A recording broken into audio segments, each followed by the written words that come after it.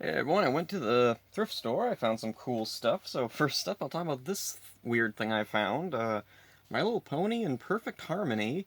It's got these like little music buttons you press, and on the back of it, it actually says what each of them plays. So that's kind of cool. This will make for an interesting video in the future. And then there was a whole bunch of like old kids books, and there was a whole bunch of Muppet stuff. So I picked up a couple of Muppet things. So right here we have two for the show, and it's a storybook all about Sweetums and Robin. That's kind of interesting. I like Robin. He's really cool, and I don't think I've ever seen him as like the focus of a book before. And then right here we have a Fern Gully tie-in book, Krista Saves the Magic. And I really like this image on the cover here. That is a really cool image. The illustrations on the inside aren't super impressive, unfortunately. A lot of it just kind of looks like they were tracing images from the movie, or maybe these are just straight up some cells from the movie. I'm not really sure. And then number two, Doug books. That was weird. This one here, Doug's Big Show, has a little thing on the back, collect all four. Illustrations are nice inside, look straight out of the show. This other one, oddly, is not one of these ones from the back. See, this one is from Dalmatian Press, this one is from Golden Books.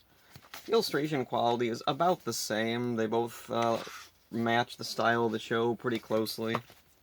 And then next up, one of the other Muppet things, Muppet Treasure Island Treasure Hunt.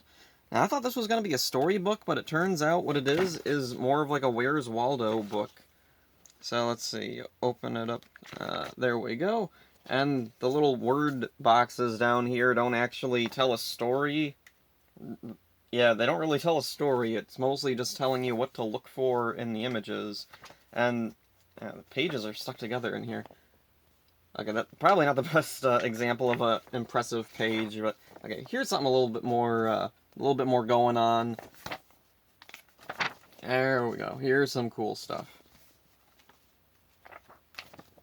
So yeah, a lot of cool images to look through in this. The illustrations are really nice, and also, yeah, there's Tim Curry up there as Long John Silver. That's freaking awesome. Kind of skips over a lot of the story here. Like, it does loosely follow the movie, though, yeah, it's not really focused on narrative. It's more focused on just look and find. And so this was a weird thing I didn't want to pass up. A Mr. Rogers' Neighborhood book, When Monsters Seem Real. And the really weird thing is it focuses on these characters from Make-Believe, and they're full-body people, which just seems so weird. See, there's yeah, Fred Rogers there, live action on the first page. But then the rest of it, or well, most of the rest of it is all illustrations, and man, the characters look so bizarre with legs. I don't know, I'm not used to it. And then Lady Elaine, like, way taller than the prince there. Also, like, she's drawn in, like, with human proportions, which is just, I don't know, far creepier than the actual puppet, I think.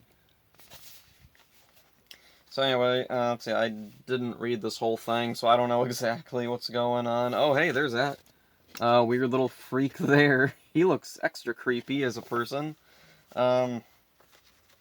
Where is it? There was something. Oh, there it is. There's Purple Panda. He made the book. Let's see, and then on the last page, yep, the last page, we have Fred Rogers and Trolley back, and that's the end of the book. I don't know how many of these they made. Let's see. 1988. Okay. So this is a bit of an older book.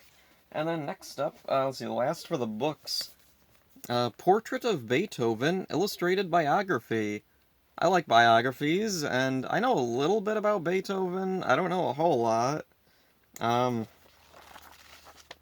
I like biographies, and he's an interesting guy, so yeah, I'm definitely gonna read this at some point. Next up, let's see, I found a couple of cassettes. The Golden Age of Comedy, Volume 1, Volume 2.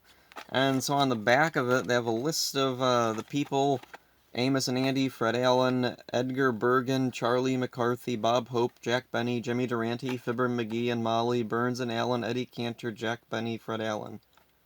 Groucho Marx, Abbott and Costello, Baby Snooks, don't know them, Ed Wynn, Joe Penner, Vic and Sadie, okay. And so there's the interior. I think these are like in pretty new condition. I don't think these were listened to a whole lot, so... Oh, this one, it's not rewound, so somebody did at least listen to part of one of the sides. Let's see, and then last up, DVDs. First up, I have some stuff I got a little while ago. Let's see, after my dollar DVD video, I happened across this thing. It's an older storybook classic Black Beauty DVD from Genius Entertainment. And just like the other Black Beauty DVD, the cover depicts characters that look nothing like how they look in the movie, except for this dog, though the dog was gray, I think, in the movie. Oh, also includes audio in Spanish. That's rare for a dollar DVD. It's kind of like that Kimba DVD. And on the back, here we got Filcher and Black Beauty. There's Filcher and the kids, and there's the horse that doesn't really look like Black Beauty. Like, the one distinguishing feature with Black Beauty in this movie is he has this, like, white diamond on his nose. That's not in the illustrations for some reason. Whoops. The box is broken, I guess. Anyway, it's cool to have another copy of this. Also, it is interesting to see the variations on the cover, because, like, I'm sure they must have watched the movie because of the dog, but then, for some reason, the boy and the girl, Black Beauty, the other horses, they didn't get any of them right. And then here we got Bill and Ted's Excellent Double Feature. This is a neat thing to find. I'd like to find the triple feature with the third movie included, but this is fine for now. And then next up, this has never been opened. Arnold Schwarzenegger, The Running Man, from Walmart. September 7th VB. Okay, so does that mean it's September 7th or September 2007?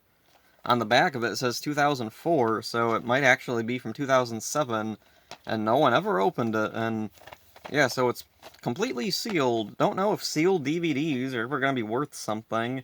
I don't really want to open this either, because, I mean, it's just Running Man. It's not a hard movie to find, so I might just hold on to it for a while. Last up, I got a double feature here of Alien Nation and Enemy Mine. Which, let's see, I've seen a TV movie of Alien Nation, and I don't think it's this movie, because up here it says James Caan, and it seems like I would have remembered James Caan if I had watched this. Let's see. It's rated R. Is Alien Nation supposed to be rated R? I don't think that's right. There's nothing on the disc. The disc almost looks like a bootleg with how bare bones it is. There's the 20th Century Fox logo, a DVD logo, and then nothing else. It's not like an archive release either. It's like a normal DVD. Let's see, there is a thing written on it, but I can't read what it says. Looks like it's just a bunch of numbers. You know what? Enemy Mine is the same way. Although for Enemy Mine, I kind of expect that, because Enemy Mine isn't a super popular movie from what I'm aware. So yeah, there's all the stuff I got at the thrift store today and a couple days ago. That's it for this one. Hope you enjoyed it. See ya.